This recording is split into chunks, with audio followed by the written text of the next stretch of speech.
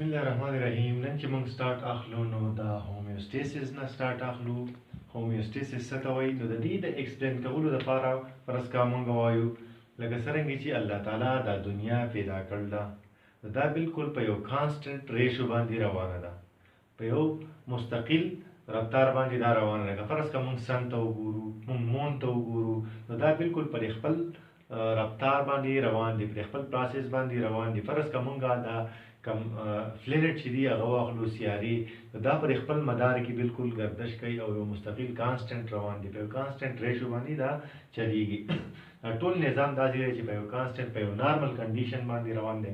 که فرض کا دا سیستم د نارمل کنډیشن نه لږ کته شي یا پورته شي، نو څه کېږي؟ ډېر غټ نقصان پیدا کولی شي. نو دغه شانتي لکه موږ د هومیوستاسیس ډیفینیشن داسې کوو چې the ability of a body to maintain a constant internal environment is called homeostasis. homeostasis دې ته ویلی شي چې کله یو ځناور خپل internal environment چې دی نو دا تقریبا constant وساتي، خپل internal environment constant وساتي، نو دغې ته homeostasis وي. اوس ګورئ مونږه environment واخلو. environment څه ته ویلی کېږي؟ نو زمونږ چپ چاپېره چې څه دي دې ته څه ویلی شي؟ environment ویلی شي. که زمونږ چپ چاپېره څه دي؟ کاڼي دي، بوټي دي، اوبه دي، بوټ، کمره وغیره چې څه زمونږ چپ چاپېره دي نو دغې ټولو ته ویلی شي environment. اوس environment چې دی دا په دوو پارټس کې ډیوایډ شوی دی چې یو ته مونږ د دې دوه قسمونه دي چې یو ته ویلی شي internal environment، بل ته ویلی شي external environment. اوس internal environment دې ته ویلی شي چې زمونږ د باډي کم دنده environment چې دی نو دغې ته ویلی شي internal environment، او external environment دې ته ویلی شي چې زمونږ د باډي نه چپ چاپېره بار چې څه دي نو دغې ته ویلی شي external environment. اوس دا internal environment چې دی نو دا ډیپینډ کوي په external environment باندې. ګورئ ایکسټرنل انوایرمنټ کې چې دی نو دې کې مختلف چینجز راتلی شي. اوس دغه چینجز چې دی نو دا به اډاپټ کوي. په دې کې چې کوم انټرنل انوایرمنټ کې چې کوم پروسس دی نو دا به کانسټنټ وي. بار ماحول چې دی نو دا به بدلیږي، رابدلیږي، یخني به راځي، ګرمي به راځي، اوبو به سیوا کېږي، هوا به سیوا کېږي، مګر زمونږ انټرنل انوایرمنټ چې دی نو دا به کانسټنټ وي. نو دا به صحیح. اوس انټرنل انوایرمنټ دا مختلف کېدی شي، لکه اوس موږ وایو انسایډ د بلډ یا انسایډ د سیل، په سیل کې دنده ماحول هم راتلی شي. بیا ایکسټرنل انوایرمنټ چې دی نو زموږ سره ایر راتلی شي، ټمپریچر راتلی شي، هیومیډیټي راتلی شي، مختلف دغه راتلی شي. نو اوس انټرنل انوایرمنټ چې دی نو دا به ډیپینډ کوي په ایکسټرنل انوایرمنټ باندې. اوس زموږ سره انټرنل کنډیشن کې څه سره راتلی شي؟ نو انټرنل کنډیشن زموږ سره دی باډي ټمپریچر. اوس زموږ سره باډي ټمپریچر چې دی نو دا تقریبا 37.5 سنټیګریډ دی. دا زموږ سره 37.5 سنټیګریډ دا زموږ سره باډي ټمپریچر دی. اوس که دا ټمپریچر سیوا کېږي نو بیا هم څه کېږي؟ نقصان دی، کمیږي هم سیوا. نو اوس لکه داسې وګورئ، لکه فرض که باډي ټمپریچر دی سیوا شو هم نقصان دی، یا کمیږي هم نقصان دی. نو څه کېږي؟ زمونږ په دې باډي کې داسې یو پروسس موجود دی چې هغې ته هومیوستاسیس وایي. نو دا به د باډي ټمپریچر نارمل ساتي، دا به کانسټنټ ساتي، دا به سیوا کېدو ته یا کمیدو ته نه پرېږدي. که فرض که سیوا کېږي یا کمیږي نو د هغې نه بیا نقصان جوړېږي، د هغې نه بیا ډیت کېږي. نو د دې وجې نه بیا څه کېږي؟ که بار ماحول کې په انټرنل انوایرمنټ کې په ایکسټرنل انوایرمنټ کې به زموږ سره ټمپریچر سیوا کېږي یا به کمیږي، خو انټرنل انوایرمنټ به داسې نه وي. دا به د هومیوستاسیس په ذریعه باندې دا بالکل یو کانسټنټ رواني. دویم نمبر زموږ سره دی باډي سالټ. نو باډي کې چې کوم سالټ دی نو دا هم زموږ سره څه کېږي؟ د هومیوستاسیس پروسس په ذریعه باندې به دا کانسټنټ رواني. دا به نه سیوا کېږي او نه به کمیږي، بلکې دا به څه کېږي؟ کانسټنټ ساتي. بل زموږ سره دی واټر. نو د باډي واټر لیول که سیوا شو هم نقصان دی، که کم شو هم نقصان دی. کله سیوا شو یا کمیږي نو دا به څه کېږي؟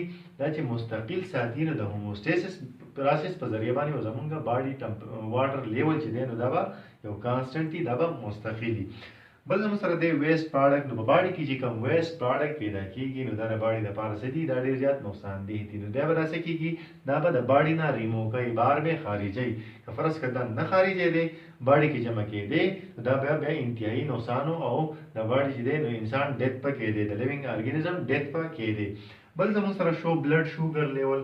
نو اوس بلډ شوګر لیول چې دی نو دا به هم کانسټنټلی مستقل وي. که فرض کا بلډ شوګر لیول سیوا شو نو بیا هم څه کېږي؟ نقصان دی. که فرض کا کم شو هم نقصان دی.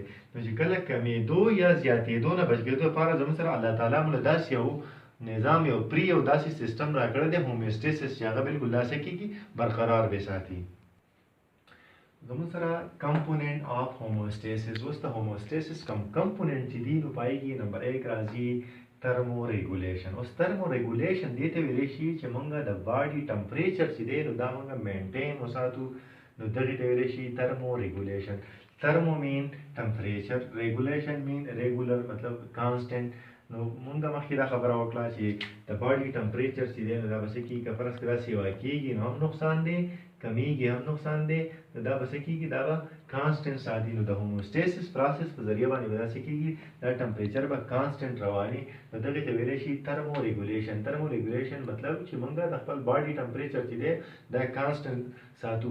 که فرض که بار ماحول کې به یخني راځي، ګرمي به راځي، ټمپریچر به چینج کېږي. ټمپریچر 0 له راځي، ټمپریچر 40-50 ډګري سنټیګریډ ته هم رسي. خو مګر د باډي ټمپریچر چې دی نو دا 40-50 ډګري سنټیګریډ ته نه رسي، بلکې دا به هم د 37.56 وغیره په دې کې به دا صحیح دغه به کانسټنټ دي. او که فرض کا ټمپریچر 0 له راځي نو دا به صحیح باډي ټمپریچر به 0 نه باډي ټمپریچر هم دغه شانتي کانسټنټ دي. دویم زموږ سره کم کمپوننټ چې دی نو هغې ته ویلی شي آسمو ریګولیشن. آسمو ریګولیشن دې ته ویلی شي چې زمونږ په جسم کې د اوبو، د واټر او د الکترولایټ لیول برقرار ساتلو ته ویلی شي آسمو ریګولیشن. که فرض کا زموږ سره د واټر لیول سیوا شي نو په دې کې ټول زیات رولز چې پلی کوي نو دا برین هم پلی کوي.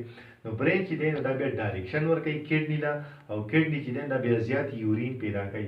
که فرض که زموږ سره د واټر لیول کم شو نو زموږ سره چې کوم برین چې دی نو دا بیا ډایرکشن ورکوي او موږ چې دی نو موږ ته تنده محسوسېږي. نو موږ به څه کوو؟ موږ به زیاتې اوبه څښو.